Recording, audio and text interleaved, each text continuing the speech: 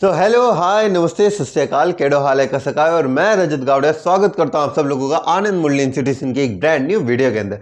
जहां तक पिछली क्लास के अंदर हम लोगों ने आप लोगों को understanding diversity class 6 chapter number 1 की स्टार्टिंग करवा दी गई थी और आपको थोड़ा सा बेसिक जो था कि चैप्टर का मतलब क्या है, चैप्टर के अंदर हम क्या क्या पढ़ने वाले हैं और एनसीईआरटी की रीडिंग हमने स्टार्ट कर दी गई थी। अब ये है इसका पार्ट 2 जिसके अंदर हम इसी रीडिंग को कंटिन्यू करेंगे, नए नए कंसेप्ट को सीखेंगे और अपनी जो तैयारी है जिसके अंदर एनसीईआरटी का एक बहुत बड़ा रोल है उस चीज को हम कंप्लीट करेंगे। चलिए स्टार्ट करते हैं। तो एक सेकंड रुकिए, मैं इसे इससे रख लेता हूं माइक को। हाँ।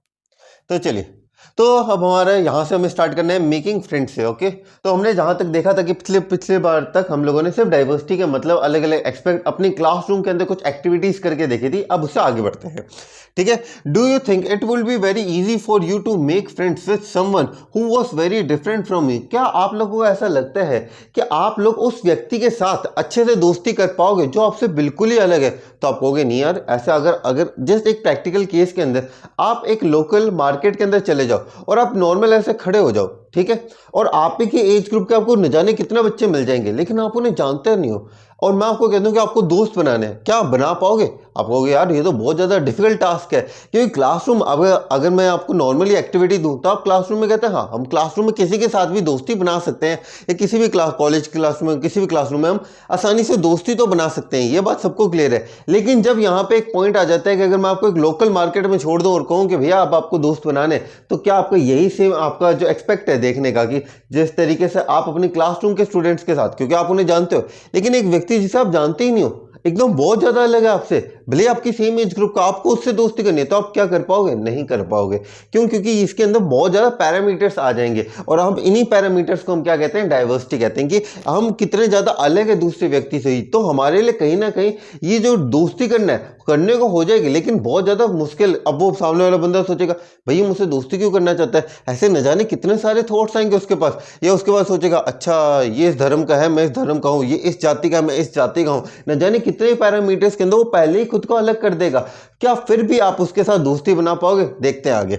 ठीक है, read the following story and then think about this. तो इसके लिए कहानी दी गई, इस कहानी को जल्दी से पढ़ते हैं। देखिए, I had meant it as a joke. Okay, I had meant it as a joke made up for a small rag means poor. Okay, यहाँ पे जो डिफिकल्ट वर्ड्स हैं जो आप प्लीज नोट करते रहिएगा मेरे साथ ताकि आप लोगों को कोई दिक्कत ना हो, क्योंकि एनसीईआरटी के अंदर आई नो ये जो वर्ड्स हैं थोड़ी थोड़ी सी डिफिकल्टी, आपको मोबाइल की तरफ वापस ना जाना पड़े, आप हाथ में पेंसिल लेके लिखते रहिएगा। ओके, तो I had meant it.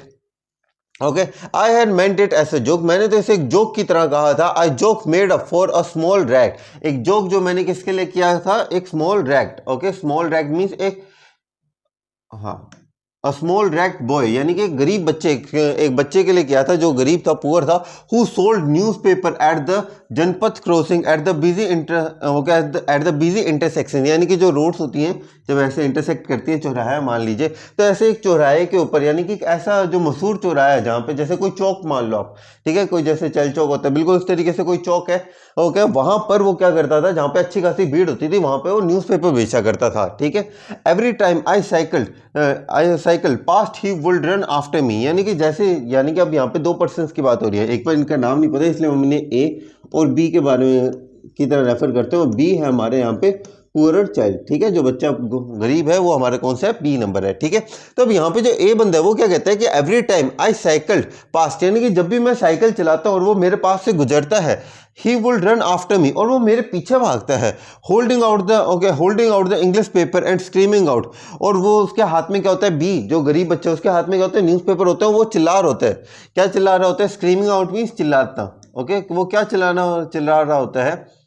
The evening headlines in a mixture of Hindi and English words, यानी कि जैसे होता है ना, आप लोगों ने फिल्मों में देखा होगा जी आज ये पर्टिकुलर न्यूज़ पे होगी, या ये पर्टिकुलर बॉम्ब धमाके के अंदर इतने लोगों की मौत, यानी कि, या और भी बहुत सारे जितने हो सकता है, या फिर सुप्रीम कोर्ट का आया बड़ा फैसला, जानिए क्या है, लीजिए आज का न्यूज़पेपर, इस तरीके से वो क्या करता था? एडवर्टाइज करता था। ठीक है, कौन सा? गरीब बच्चा। Okay, this time I stop by the payment, यानी कि जो वॉकिंग एरिया होता है, यानी कि अगर मान लीजिए एक रोड है तो इस रोड के जो साइड के अंदर ये जो वॉकिंग एरिया होता है ना, ये वाला, ठीक है, इस वॉकिंग एरिया के अंदर, इस वॉकिंग एरिया को रेफर किया गया है। तो कह रहा है कि दिस टाइम, यानी कि वो हर बार क्या होता है, मैं साइकिल चला, वो चिल्ला रहा होता था कि भैया न्यूज़ ले लो, न्यूज़ आज की ताज़ा ताज़ा न्यूज़ देखो क्या न्यूज़ आई है। तो इस तरीके से वो क्या कर रहा था, न्यूज़पेपर बेच रहा था।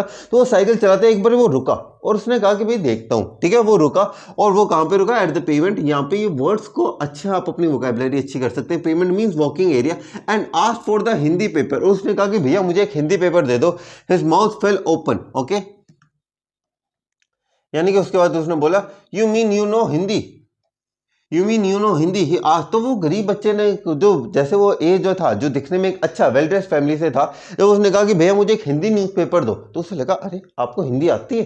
क्योंकि हम क्या है कि हमारे ह्यूमंस की एक चीज़ है कि हम किसी व्यक्ति को देखते हैं ना, तो उससे बात करने से पहले, उस व्यक्ति को जानने से पहले हम क्या करते हैं, डाइवर्सिटी को अपने माइंड में लाते हैं। अच्छा ये इस रंग का है, मैं इस रंग का हूँ, ये दिखने में ऐसा है तो मतलब ये इस पर्टिकुलर फैमिली को बिलोंग करता होगा, ये आज अखबार बेच रहा है तो इसका ऑक्यूपेशन ऐसा होगा। अच्छा तो इसके बोलने का स्टाइल ये है तो इसकी फैमिली लैंग्वेज किस तरीके से होगी, या कौन सी लैंग्वेज की टोन को भी बहुत बार पकड़ते हैं। अच्छा इसकी लैंग्वेज टोन में थोड़ा हरियाणवीपन आ रहा है या थोड़ा बिहारी लैंग्वेज का टोन आ रहा है, क्योंकि कुछ कुछ लैंग्वेज के एक्सेंट्स होते हैं वो पकड़े जाते हैं। अच्छा इसका ये, तो हम अपने दिमाग में किसी से इंटरेक्ट करने से पहले ही कितने सारे पैरामीटर्स को सेट कर लेते हैं। और यही पैरामीटर्स क्या होते हैं, इन्हीं को ही हम डाइवर्सिटी का बेसिस कहते हैं। कि डाइवर्सिटी क्या है, कि यहाँ पे मैं बार बार इस पर्टिकुलर पॉइंट को, कि हम एक दूसरे से किस तरीके से भिन्न है, किस तरीके से अलग है, और किन पैरामीटर्स के ऊपर। वही तो ये जो बच्चा था बी, जो गरीब बच्चा था, उसने तो अपने दिमाग में पहले से बना रखा था, अरे यार ये तो अमीर क्लास का बच्चा है, इससे तो भाई अपनी तो बनती नहीं है ना, अपनी बनती नहीं मतलब अब डेफिनेटली वो आ जाता है कि इकोनॉमिक फैक्टर्स आ जाते हैं डिफरेंशिएशन की, कि भाई ये तो अमीर है मैं तो गरीब हूँ, ऐसे पॉइंट्स आ जाते हैं। आगे देखिए, ऑफकोर्स आई सेड, ऑफकोर्स। अब वो बच्चा कहता है यस ऐसे पेड फॉर द पेपर। जैसे उसने पेपर दिया, अखबार लिया, तो वो कहता है हाँ भाई मुझे भी आती है, आई नो हिंदी, भाई मैं भी यहीं से हिंदुस्तान का निवासी हूँ और मुझे तो हिंदी आती है। Okay why, what did you think. यानी कि फिर उसके मन में आया कि वो अमीर क्यों, भाई तुमने मेरे बारे में ऐसा क्या सोचा, जो मैंने बताया कि हम किसी को देखते क्या है, हमारे दिमाग में पैरामीटर्स आ जाते हैं कि हाँ ये पर्टिकुलर ऐसा है, ये ऐसा है। तो ये क्या है, अलग अलग एक्सपेक्ट से हम लोग पहले ही सामने वाले पर्सन को जज कर लेते हैं। ओके ही पोस्ट, फिर वो रुका, बट यू लुक सो अंग्रेज। तो वो कहते हैं कि नहीं आप थोड़े वो लगते हो, यू नो, वो इंग्लिश भी नहीं बोलते, you look like English man, no आप थोड़े थोड़े अंग्रेज टाइप के लगते हो। यानी कि जैसे हमारे जो सोसाइटी भी इस तरीके की है कि जो अपर रिचर क्लास है, तो उनकी बेसिक लैंग्वेज अगर देखी जाए ना, वो इंग्लिश ही बोलते हैं। आप कभी देखना जो बड़े बड़े स्कूल वाले होंगे या जितने भी होंगे, उन सबका मेन जो टोन होगा ना बात करने, वो इंग्लिश में बात करते हैं। अब इंग्लिश तो हमारे देश की भाषा नहीं है, तो वो इस तरीके से जो गरीब बच्चे, उनके दिमाग में क्या पर्सपेक्टिव बनता है, अरे ये तो अंग्रेज है, अंग्रेज इंग्लिश बोलते हैं इसलिए अंग्रेज। और अंग्रेज और इंग्लिश कौन बोलते हैं इंडिया के अंदर, द अपर रिचर क्लास मान लो, या फिर अपर मिडिल क्लास या रिच क्लास पीपल, ये बोलते हैं। Okay he asked you mean you can even read Hindi. यानी कि उसने कहा कि अच्छा आप इंग्लिश के, आप अंग्रेज हो तो आप हिंदी पढ़ लोगे, क ख गढ़ अगर ये लिखा हुआ है तो आप पढ़ सकते हो। क्योंकि अब यहाँ पे आप देख सकते हो ये जो अमेजमेंट का लेवल है ना, यही आपको डाइवर्सिटी की चीज बता रहे हैं कि अमेजमेंट हो रही है उस बंदे को। क्यों, क्योंकि हमने अपने दिमाग में ही पहले से न जाने कितनी चीजें सोच रखी थी एक पर्टिकुलर पर्सन के बारे में देख के ही। और वो जब वो चीजें गलत होती है तो हमें अमेजिंग सा फील होता है, कि अमेजिंग तो नहीं, हमें हैरानी सी फील होती है कि अच्छा आप ये कर सकते हो, आप ये भी कर सकते हो, ये सारी चीजें। आगे देखिए, of course I can. Okay तो वो कहता है हाँ भाई हाँ, तो वही जैसे विक्स की ऐड नहीं आती, तो वो एक हाँ भाई हाँ मैं हिंदी बोल सकता हूँ, लिख सकता हूँ, ये तो नॉर्मल है। Okay of course I can, I said this time a little impatiently थोड़ा सा, क्योंकि होता है ना कि अगर मान लो आपको कोई व्यक्ति आके पूछ ले, अच्छा आप बात कर सकते हैं, आप बोल सकते हैं, अरे जरा बोल के दिखाना इस तरीके से, तो आप भी थोड़ा बहुत तो एक काइंड ऑफ इरिटेट हो गए। तो उसने भी कहा कि हाँ भाई हाँ मैं जानता हूँ यार I can speak, okay I can speak read and right Hindi, कि भाई मैं बोल सकता हूँ, मैं पढ़ भी सकता हूँ, मैं लिख भी सकता हूँ Hindi. Hindi is one of the subject I study in my school. और हिंदी वो एक सब्जेक्ट है, यानी कि क्लास 10 तक जो 5 मेजर सब्जेक्ट्स होते हैं आपके क्लास 10 तक, इंग्लिश, हिंदी, मैथ, SST सही। तो वो कहते हैं भाई हिंदी तो मेरा 10th क्लास तक, और आगे तो 11th 12th या आप कॉलेज के अंदर भी इसे ऑप्ट कर सकते हो। तो हिंदी एक ऐसा सब्जेक्ट है बॉस जो मैं स्कूल के अंदर पढ़ता हूँ। अब आगे देखें सब्जेक्ट्स। अब यहाँ पे उसने एक टर्म यूज कर ली कि भैया ये तो हिंदी तो मेरा सब्जेक्ट, इसलिए मुझे हिंदी आती है। उसने बाकी सारी बात तो समझ में आ गई, लेकिन एक वर्ड उसने पकड़ लिया, सब्जेक्ट। अरे भैया ये सब्जेक्ट क्या वाला है, subject. Okay subject he asked How could I explain what a subject was to someone who had never been to school? अब उसके मन में आई कि यार ऐसे व्यक्ति जैसे आप अपने आप को इमेजिन करो एक की तरह, एक रिचर बॉय की तरह, या जिस व्यक्ति ने आज तक कभी स्कूल नहीं गया, जो स्कूल के बारे में ज़्यादा जानता नहीं है, जिसे ये नहीं पता कि स्कूल के अंदर क्या क्या विषय यानी कि सब्जेक्ट पढ़ाए जाते हैं। अब मैं उसे विषय सब्जेक्ट नाम का ये जो टॉपिक है ये कैसे पढ़ाऊँ यार, उसके मन में आया कि यार अब मैं इसे सब्जेक्ट कैसे समझाऊँ, क्योंकि सब्जेक्ट समझाने से पहले मुझे इसे पूरा स्कूल समझाना पड़ेगा, स्कूल में पढ़ाई होती है ये समझाना पड़ेगा, स्कूल की पढ़ाई के अंदर जो जो हम चीज़ें पढ़ते हैं उन्हें अलग अलग जगह क्लासीफाई किया जाता है। जैसे जब हम बोलने की बात आती है तो लैंग्वेज सब्जेक्ट आ जाते हैं। अब लैंग्वेज में आप कौन सी लैंग्वेज बोल रहे हो, आप इंग्लिश बोल रहे हो तो इंग्लिश एक सब्जेक्ट बन जाता है, हिंदी बोल रहे हो तो हिंदी एक सब्जेक्ट बन जाता है, फिर लॉजिकल रीजनिंग के कुछ आ जाते हैं, जैसे मैथ आ जाता है, साइंस आ जाता है, फिर उसके बाद आपके जो करंट अफेयर्स जैसे होते हैं, सोशल साइंस, वो आ जाते हैं इसके अंदर। तो ये सारी चीजें अब उसके मन में आ रहा है कि अब मैं इसे कैसे समझाऊं, है ना। Okay, well it is something I began about the lights change, क्या लिखा हुआ है, well it is something. Okay, वैसे तो उसने कहा कि हाँ ये कुछ है, जैसे उसे समझाना तो आया नहीं, तो उसने कहा हाँ सब्जेक्ट कुछ है, आई बिगेन। ओके, तो उसने कहा कि मैंने शुरुआत करी समझाने की, हाँ सब्जेक्ट कुछ है, बट द लाइट चेंज, यानी कि जो अब एक चीज देखो यहाँ पे, ये जो कन्वर्सेशन है, ये बातचीत हो रही है, कहाँ हो रही है, मैंने आपको बताया था नहीं, ये हो रही है एक चौराहे के ऊपर। कहाँ हो रही है, एक चौराहे के ऊपर है। और जैसे वो समझाने लगा कि हाँ भाई ये ऐसे होता है सब्जेक्ट, वो जस्ट एक्सप्लेन कर रहा था, उसी टाइम क्या हो गया, जो ट्रैफिक लाइट थी वो चेंज हो गई। Okay, and the Hawking mean जो साउंड है व्हीकल की, जो हॉर्न की जो है, ओके, बिहाइंड मी ग्रू 100 फोल्ड, यानी कि 100 टाइम्स ज़्यादा होगी। जैसे बड़े बड़े शहरों में आप देखते होगे कि अगर ट्रैफिक जाम हो जाता है तो पीछे वाले को चीज़ करने में बड़ा मजा आता है, वो होता है हॉर्न बजाने के अंदर, कि वो हॉर्न बजाते रहेंगे कि चल ना भाई तू आगे चल। तो उसी तरीके से जैसे वो एक्सप्लेन करने लगा, उसी टाइम क्या होगा, लाइट चेंज होगी, तो उससे क्या होगा, पीछे से एकदम शोर आने लग पड़ा, तो उसे आगे बढ़ना पड़ा। ठीक है, 100 times, and I let my self be pushed along with the rest of the traffic. तो उसने कहा कि भाई अब इस टाइम पे वो क्या करे कि पीछे से शोर आ रहा है, तो उसने कहा कि चलो कोई बात नहीं, मैं एक बार आगे बढ़ता हूँ, इसे फिर कभी मुलाकात करते हैं, देखते हैं क्या इनकी मुलाकात होगी या नहीं होगी आगे, let's C.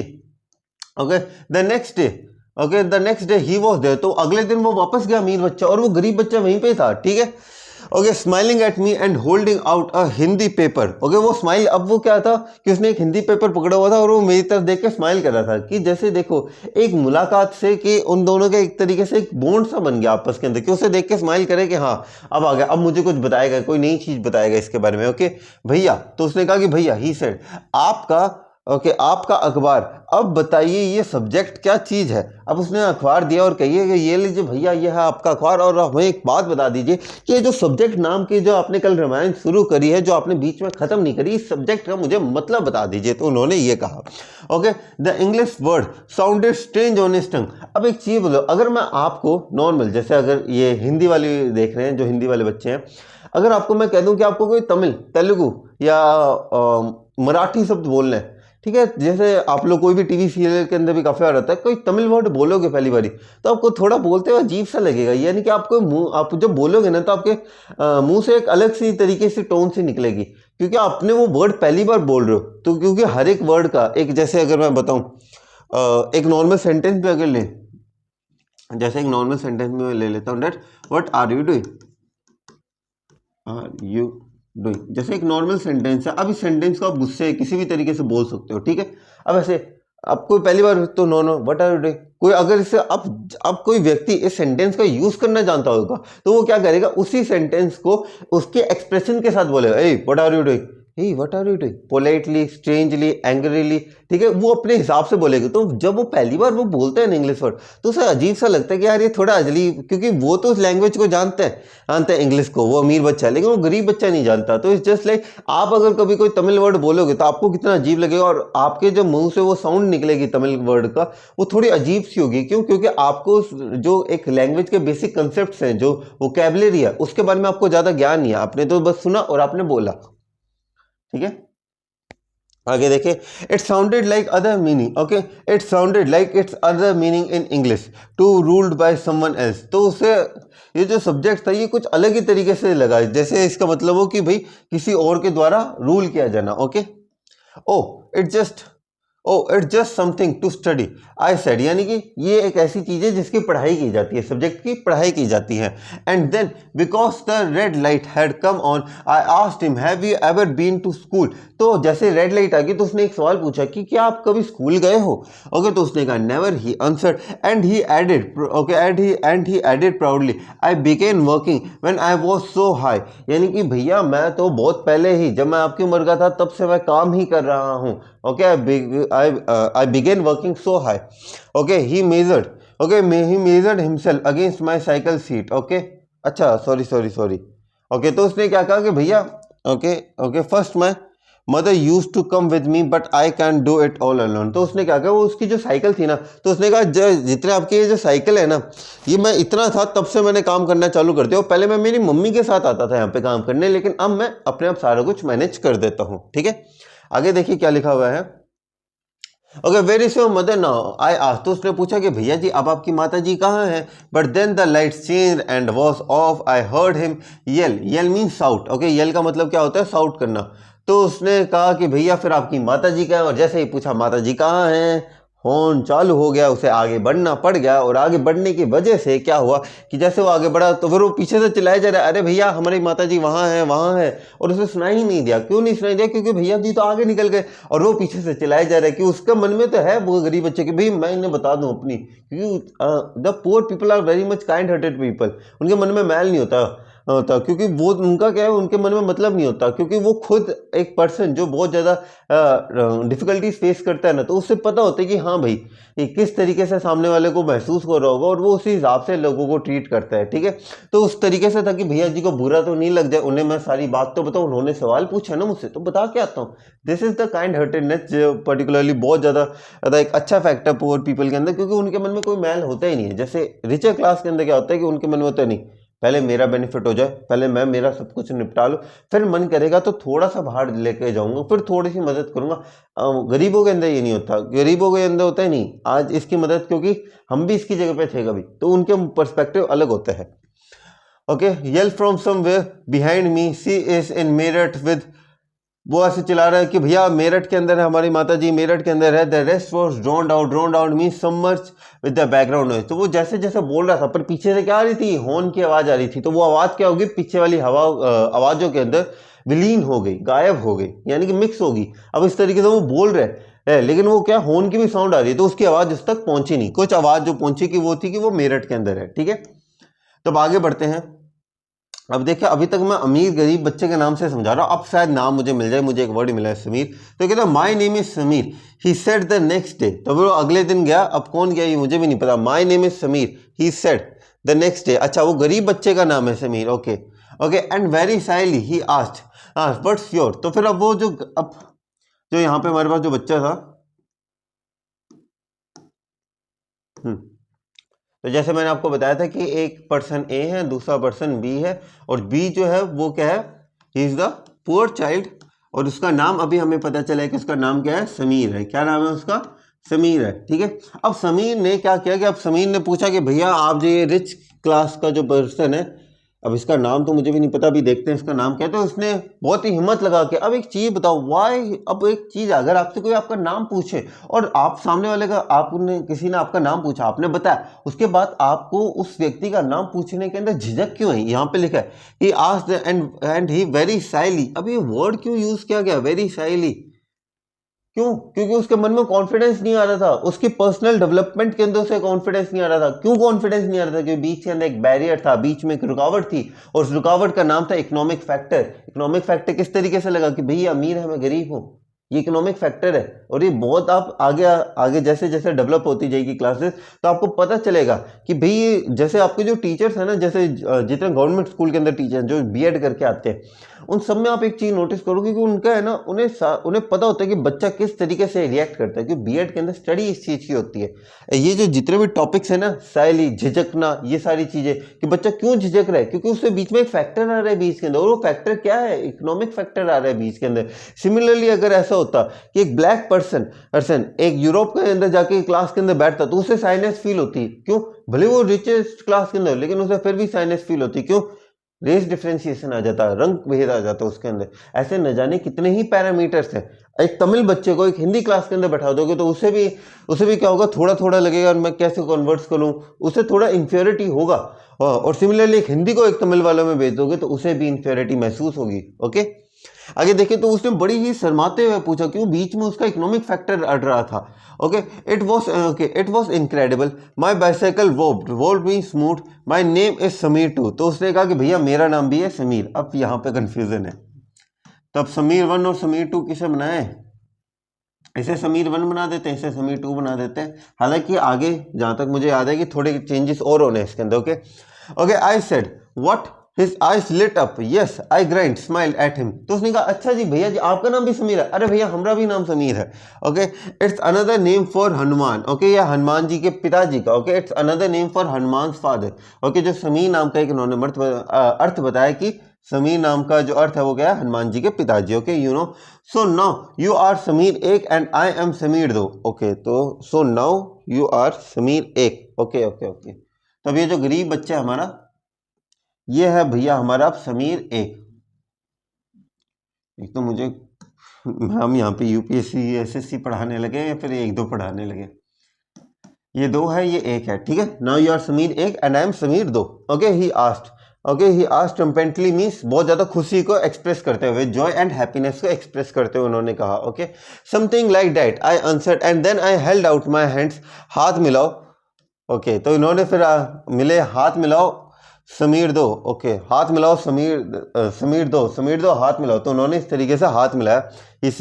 They shake hand. Okay, his hand nested means settled in mine like a bird, यानी कि उस तरीके से हाथ ऐसे होता है, हाथ अच्छे से मिले उनके, ठीक है। I could still feel hills, okay, I could still feel its warmth as I cycled away. और जिस वो होते हैं ना काफ़ी बार ऐसा होता है कि अब कुछ लोगों से हाथ मिला तो उनके जो हाथ का जो जब when you shake hands with them, तो उनके जो हाथ को जिस टाइम के जो फील होता है ना, जिस तरीके से उनका जो टच होता है, वो टच आपको जो वार्मथ होती है, यहाँ पे जो वार्मथ वर्ड है, जो उनका टच जो महसूस होता है ना, वो चीज़ आपको है ना काफ़ी टाइम तक, अगर कोई अच्छा पर्सन है, कोई कोई रिकॉग्नाइज्ड पर्सन है उसका, जैसे मुझे एक पर्टिकुलरली याद है, मैं क्लास 9th के अंदर था, तो हमारे स्कूल के ऑनर थे चिमनी सर, तो उन्होंने मेरे साथ हाथ मिलाया था। चिमनी सर जो मेन सर थे, जिन्होंने स्कूल से जो मेरा स्कूल था उसकी स्थापना, तो उनके साथ मैंने एक बार हाथ मिलाया और मुझे पता है कि भाई वो हाथ मिलाने कैसा महसूस होता है। तो सिमिलरली इसे भी एक तरीके की वार्मथ से महसूस, इसे भी एक तरीके का अच्छापन महसूस हुआ।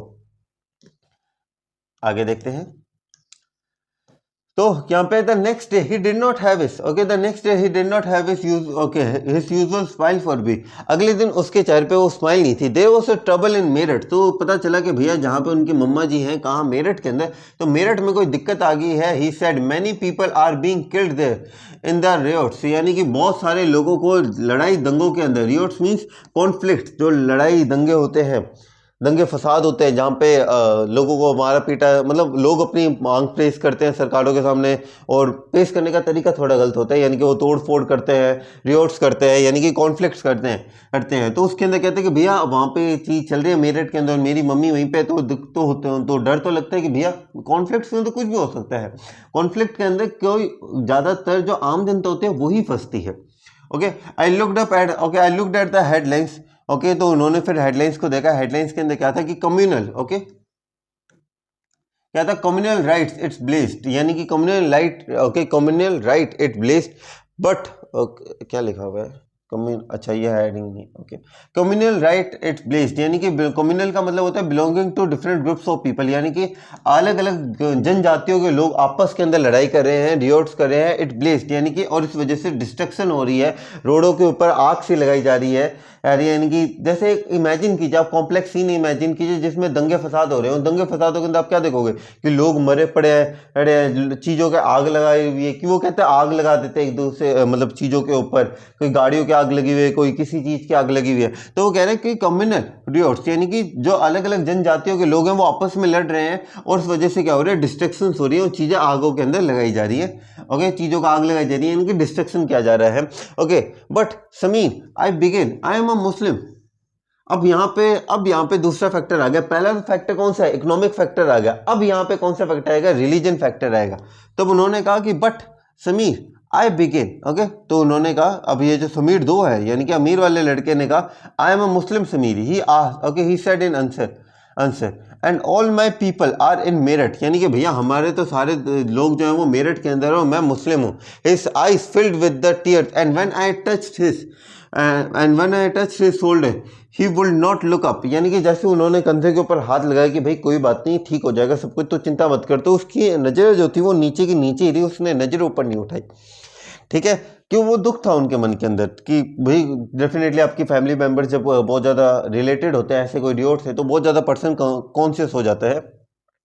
He was not at the crossing the day after, यानी कि अगले दिन वो उस क्रॉसिंग के ऊपर भी नहीं दिखा, यानी कि इस तरीके का दुख, क्या पता वो मेरठ चला गया, एजम्पशंस हैं ये सारी। Okay, neither the day after nor ever again, यानी कि ना ही उस दिन और उस दिन के बाद से वो मुझे कभी वो लड़का नहीं दिखाई दिया। And no newspaper in English और Hindi can tell me where Sameer दो हैज़ गॉन, तो उसके मन में आया कि भाई अब समीर दो कहाँ गया है मुझे नहीं पता, मैं तो लास्ट टाइम उससे मिला था तब वो रो रहा था, मेरा हाथ उसके कंधे पे था, उसने मुझसे नजर नहीं मिलाई क्योंकि वो इतना ज़्यादा दुख में था। ओके, आगे देखें, the lights change by the police. Okay, ये फिर आगे अपना ही लिखा हुआ है, आगे देखते हैं। Name 3 veg in which Sameer एक एंड दो वर डिफरेंट, सबसे पहली चीज क्या थी उन दोनों के अंदर, समीर एक और दो, एक तो इकोनॉमिक फैक्टर मैंने आपको बता दिया कि इकोनॉमिक फैक्टर्स के अंदर एक दूसरे से अलग थे। ठीक है, एक एजुकेशन फैक्टर आ गया कि एक स्कूल जाता है दूसरा स्कूल नहीं जाता, तो एक की एजुकेशन हो रखी है एक की एजुकेशन नहीं हो रखी। आप इसे लिटरेट मान सकते हो कि एक पढ़ा लिखा है, ठीक है, और एक पढ़ा लिखा नहीं है। ठीक है, ये भी पॉइंट है। एक रीजनल एक रिलीजन का पॉइंट आ सकता है कि रिलीजन का एक पॉइंट आ गया था कि भाई मैं मुस्लिम हूँ, इस तरीके का। एक दूसरा रीजन का भी फर्क आ सकता है, जैसे उसने कहा मैं मेरठ का हूँ, मैं यहाँ का नहीं हूँ, मैं उस जगह का हूँ, तो 4 पॉइंट्स हो गए यहाँ पे। ठीक है, okay, did this differences prevent them from becoming friends, क्या ये पॉइंट्स ने एक्चुअल के अंदर उनकी दोस्ती में कुछ बाधा क्रिएट करी? एक्चुअल में नहीं। और यही चीज एनसीईआरटी आपको बताना चाहता है कि भैया ये जो डिफरेंसेस आप लोग अपने दिमाग में लेके बैठे हो कि भैया ये अलग समुदाय का है, ये अलग जात का है, ये अलग ऐसा दिखता है, ये अलग वैसा दिखता है, ये अमीर है, ये गरीब है, ये मुसलमान है, हिंदू है, ये सिख है, ये ईसाई है, इन सारी चीज़ों से कभी कुछ फर्क नहीं पड़ता है। आप एक इंसान कैसे हो, यही सबसे मेन इंपॉर्टेंट चीज़ है। और यही चीज़ एनसीईआरटी आपको बताना चाहता है। क्या इन दोनों की फ्रेंडशिप में कोई बात है कि भाई तो हिंदू है मुस्लिम हो, भाई तू अमीर है तू गरीब है, मैं तुझसे बात नहीं करूंगा, तू टच मत कर देना मेरा, अनटचेबिलिटी का क्या ऐसे कुछ, क्या ऐसे कोई भी एक आपको रेफरेंस मिला? नहीं, क्योंकि ये जो पॉइंट है ना, यही चीज आपको बताना चाहता है कि अगर आप कोशिश करो तो ये कभी कोई फैक्टर्स बीच में नहीं आएगा। क्योंकि कोई जानबूझ के क्यों आपको, कोई आपसे आपका नाम पूछ रहा है और आप उससे पहले पूछेगा कि भाई तू जाति बता, क्या ऐसा होगा? नहीं होगा। और यही चीज हम बताना चाहते हैं आप लोगों को, यही सोच डेवलप करवाना चाहते हैं कि ये जो डिफरेंसेस है ये सिर्फ आपके दिमाग के अंदर है, और इन दिमाग के अंदर इन डिफरेंसेस को आपको ही बाहर निकालना है कि इससे बात करें या ना करें। नहीं, आप बात करोगे, आपसे अगर कोई अलग धर्म का बंदा आएगा तो आप उसके पीछे मारने थोड़ी ना भागोगे। सिमिलरली वो भी तो यही सोचेंगे। हमारी दिक्कत क्या आती है, हम सोचते हैं कि हम लोगों के सामने आएगा कोई तो हम तो प्यार से लेंगे, लेकिन हम उनके पास जाएंगे तो वो हमारे साथ मारामारी करेंगे, जबकि ऐसा नहीं होता है। Okay, while Sameer एक is more familiar, okay, while Sameer एक is more familiar with English, Sameer though speaks Hindi, एक language का barrier आ गया। Okay, although they both are more comfortable at home, okay, although they both are more at home, यानी कि comfortable in different languages, they still communicated with each other। भले ही एक जना English बोलता था, लैंग्वेज का डिफ्रेंसिएशन भी आ गया कि एक जना इंग्लिश बोलता था दूसरा हिंदी बोलता था, लेकिन फिर भी दोस्ती में दरार नहीं आई, क्योंकि उन्होंने बीच का तरीका निकाला जिससे जो अमीर वाला था उसे लगे कि भाई मैं अपनी बात गरीब तक अच्छे तक पहुंचा दूं, और गरीब वाले को लगा भाई मैं अपनी बात अमीर वाले लड़के बस अच्छी तरह पहुंचा दूं। Okay, they made the efforts to do so because this was what was important to them, यानी कि यही तो चीज थी। उन्होंने ऐसा कहा, क्या अमीर बच्चे ने दिखाया कि भाई तू गरीब है मैं तुझसे बात क्यों करूं, मेरे पास तो एक अच्छा इकोनॉमिक स्टेटस है, मुझे इंग्लिश बोलनी आती है, तुझे क्या आता है? क्या उसने ऐसा कहा? नहीं, उसने अपनी तरफ से एफर्ट्स किए। सिमिलरली एफर्ट्स वो अंग्रेज बच्चे, वो गरीब बच्चे ने भी किए कि अपनी बात वो किस तरीके से पहुंचा सके, क्योंकि यही प्योर बॉन्ड जो है वो फ्रेंडशिप के थ्रू दिखाया जा रहा है कि फ्रेंडशिप का ये जो प्योर बॉन्ड है। अब यहाँ पे देखा जाए कि अगर ये जो धर्म है जिनके पीछे हम लोग आपस में लड़ते रहते हैं, एक दूसरे को मार पीट ये सारी चीजें चलती रहती है, अगर ये चीज को अगर फ्रेंडशिप के पॉइंट ऑफ व्यू से देखा जाएगा, सभी धर्म आपस में मिल जाए एक जैसे असीमीर 1 और 2 मिले, आपस में मिल जाए, एक दो एफर्ट्स करें, जैसे एक धर्म एफर्ट करे दूसरे धर्म को समझने का, वैसे दूसरा धर्म अगर एफर्ट करे पहले धर्म को समझने का, तो ये कॉन्फ्लिक्ट हो ही ना। ये कॉन्फ्लिक्ट हो क्यों नहीं? क्योंकि हम चाहते हैं कि भाई हम तो सही हैं, दूसरा सामने वाला गलत है। ये थिंकिंग जो है ये जब डेवलप हो जाती है तभी सबसे बड़ी दिक्कत आती है। भाई मैं तो ठीक हूँ, ये सामने वाला गलत है। तो हमें क्या करना चाहिए, यहाँ पे आपको क्या सिखाना क्या चाहते हैं कि अगर एक पर्टिकुलर पर्सन है वो एफर्ट्स कर रहा है दूसरे को समझने का, तो दूसरे को भी एफर्ट्स करने चाहिए एक दूसरे को समझने के। ऐसा काम कभी नहीं चलेगा कि एक जना एफर्ट कर रहा है दूसरा एफर्ट नहीं कर रहा, फिर दोनों में फिर पहले वाला बंदा पता है क्या सोचेगा, ये एफर्ट नहीं कर रहा तो मैं क्यों करूं। तो दोनों के बीच में एक म्यूचुअल कोऑर्डिनेशन होना चाहिए कि भाई मैं तेरे धर्म को समझने की कोशिश करता हूं, तू मेरे धर्म को समझने की कोशिश कर, ये मेरे धर्म के कुछ पॉइंट्स है वो तू ध्यान में रख, और मैं तेरे धर्म के कुछ पॉइंट्स है ध्यान में रखता हूं, इन दोनों को मिलाता हूं, और आपस के अंदर हिंदू मुस्लिम सिख ईसाई हम सब है भाई भाई। इस तरीके से काम चलता है। ओके समीर, एक एंड दो also come from different religious and cultural background, अलग अलग उनके रिलीजियस और कल्चरल बैकग्राउंड थे। वाइल समीर एक जो था वो एक हिंदू था, वहीं समीर दो जो था वो क्या था, एक मुस्लिम था। Okay, different religion and cultural background such as these are an aspects of diversity, ये सारे एक्सपेक्ट्स हैं किसके, डाइवर्सिटी के। आगे बढ़ते हैं, देखिए आगे ये एक्टिविटी दे रखी है, make a list of the festivals that might have been celebrated by Sameer, एक और दो।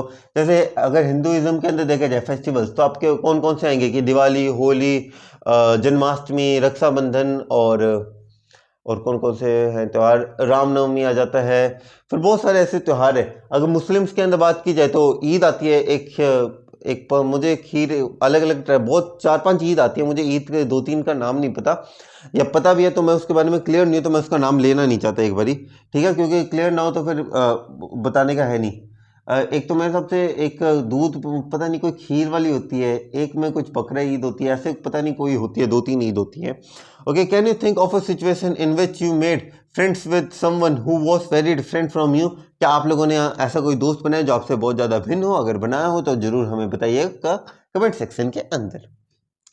चलो, in addition to the diverse language, okay, diverse religious and cultural background there was, okay, there are other ways in which Sameer एक and दो are different from each other, अलग अलग तरीके हैं। फॉर एग्जांपल, वेल समीर एक goes to school, well Sameer दो sells newspaper की, एक जना तो स्कूल जाता है और एक जने ने जिम्मेदारी उठाई हुई है किस चीज़ की, इसकी न्यूज़पेपर बेचने की, ताकि वो अपना घर बार चला सके। Why do you think Sameer दो डिड नॉट अटेंड स्कूल, आपको ऐसा क्यों लगता है कि समीर दो ने स्कूल क्यों नहीं अपनाया? द मेन रीजन वो स्कूल नहीं जाता क्योंकि बीच के अंदर आ जाती है घर की जिम्मेदारियां, ठीक है, और इकोनॉमिक फैक्टर भी आ जाता है। अगर वो अच्छे खानदान से होता, अच्छा खानदान वर्ड गलत है, अगर वो अमीर खानदान से होता तो डेफिनेटली उसके पेरेंट्स स्कूल भेजते, क्योंकि उनके पेरेंट्स के पास तो पैसे हैं, उनके तो पता है कि भाई रात की रोटी का इंतजाम हो रखा है, तो वो तो बच्चे को भेजते। लेकिन गरीब बच्चे का क्या है कि उसे पता है कि भाई रात को रोटी का बंदोबस्त करना पड़ेगा, वरना भूखा पेट सोना पड़ेगा, तो इसलिए वो नहीं जाता। Do you think it would have been easy for him to attend school if he wanted to, क्या उसके लिए आसान होता स्कूल जाना? देखो यहाँ पे है कि गवर्नमेंट स्कीम्स बहुत चलाती है, ठीक है, government free and compulsory education भी है, सारी चीज़ें हैं, लेकिन वही बात आ जाती है कि फ्री एंड कंपलसरी एजुकेशन में बच्चों को एजुकेशन मिल रही है, लेकिन क्या एक चीज़, ये एक और पर्टिकुलर पॉइंट आ जाता है जो सरकार को नोटिस करना चाहिए, ये ड्रॉबैक है इसके अंदर, कि हम लोग कहते रहे कि भैया स्कूल गवर्नमेंट तो फ्री में पढ़ा रही है, बच्चे पढ़ने आते नहीं है, तो भैया बच्चों के घर के अंदर भी तो सोचो। और वो बच्चे के पास 2 पॉइंट आ जाते हैं, एक पॉइंट है कि बच्चा घर पे अपने स्कूल जाए, स्कूल से आए पढ़ाई लिखाई करे, ठीक है, लेकिन एक चीज़ है, खाने का क्या होगा?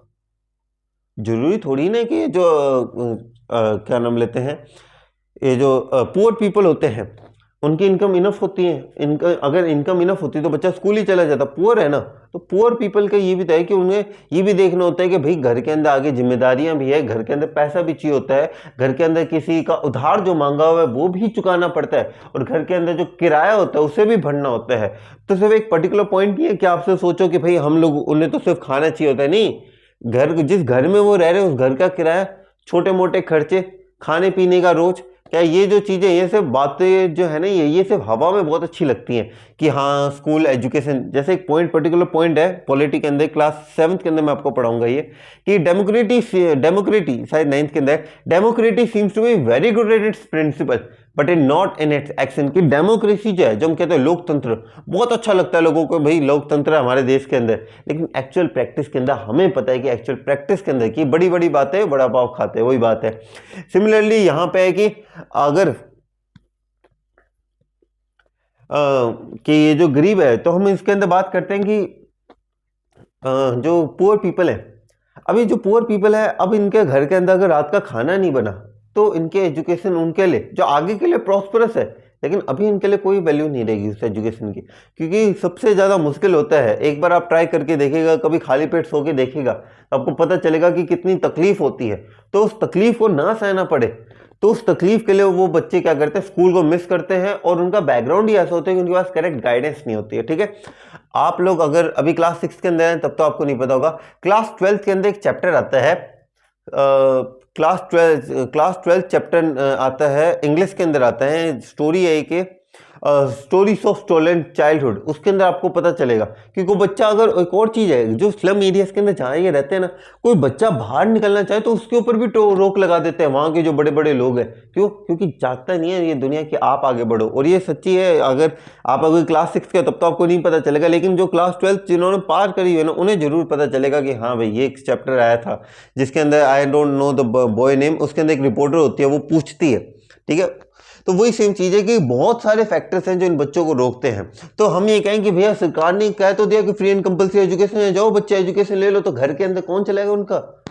घर की बहुत सारी जरूरत है, सिर्फ खाना एक जरूरत नहीं है, उनकी बहुत सारी जरूरत है। अगर एक चीज़ बताओ, उस घर के अंदर कोई व्यक्ति बीमार पड़ गया तो मेडिसिन का खर्चा कौन देगा? उस घर के अंदर कोई भी ऐसे पर्टिकुलर राशन की जरूरत आ गई, या कोई त्योहार आ गया, कोई खाने के लिए एक बंदा एक्स्ट्रा आ गया, तो उनके मन में टेंशन हो जाती है कि भाई खाने के लिए एक बंदा एक्स्ट्रा है, अब इसका खाना कहाँ से लेके आए? ऐसे न जाने कितने फैक्टर्स हैं जिसके लिए तैयार रहना पड़ता है। और एक और चीज़ है, एजुकेशन को हमेशा एक फ्री माइंड से होती है। अगर एक बच्चा, अगर आप सोचो कि वो बच्चा सारी चीज़ों को भी सोचे और वो एजुकेशन के ऊपर भी ध्यान दे, तो बहुत मुश्किल होगा उस बच्चे के लिए, उसके लिए एक मेंटल टॉर्चर बन जाएगा एजुकेशन। तो ये जो पॉइंट है ना, जहाँ पे हम ये कहते हैं कि क्या आपको लगता है कि उसके लिए आसान होगा? नहीं आसान होगा, उसे बहुत सारी चीज़ें और है, वो जिम्मेदारियाँ उठा रहा है घर की। इसे एक वाइड पर्सपेक्टिव से देखने की कोशिश कीजिएगा। ये पर्टिकुलर बहुत अच्छा पॉइंट है कि आप सोचो कि भाई गवर्नमेंट ने तो फ्री एजुकेशन कर रखे, फिर बच्चे लेते क्यों नहीं? कि नहीं, फ्री एजुकेशन कर रखे, बच्चे की भी तो सिचुएशन देखो। हमेशा अपने व्यू पॉइंट एक तरफ मत लेके जाओ, बायलिंगुअल बनाओ अपना। बायलिंगुअल में दो लैंग्वेजेस वाला नहीं, अपना पर्सपेक्टिव को दोनों तरीके से सोचो कि भाई अच्छा ये पर्टिकुलर पॉइंट है, तो ये किस तरीके से हम इसे सोच सकते हैं। ये सारे पॉइंट्स को मद्देनजर रखो। ठीक है, सिर्फ एक पर्टिकुलर व्यू पॉइंट से मत सोचो, सारे व्यू पॉइंट्स आपको सोचना चाहिए। ठीक है, okay, in your opinion, is it fair situation that someone goes to some children go to school and some don't? क्या आपको लगता है कि ये बात सही है कि कुछ बच्चे स्कूल जाते हैं, कुछ बच्चे स्कूल नहीं जाते? देखो, बात तो गलत है, लेकिन विधि का विधान यही है। क्योंकि अभी हिंदुस्तान के अंदर, बाकी देशों के अंदर तो एजुकेशन चलती है, बहुत अच्छी एजुकेशन चलती है, बच्चे जाते भी हैं स्कूल, लेकिन इंडिया के अंदर थोड़ी बहुत चीज़ें पॉसिबल नहीं है। और ये बहुत सारे कारण है इसके पीछे, आपको आगे आपको, और मैं नहीं बताऊंगा, आपको एनसीईआरटी बता देगी कि कारण क्या क्या है। ये सवाल पूछे जा रहे हैं, ये सवालों के ऊपर गौर कीजिएगा, बहुत अच्छे सवाल हैं ये।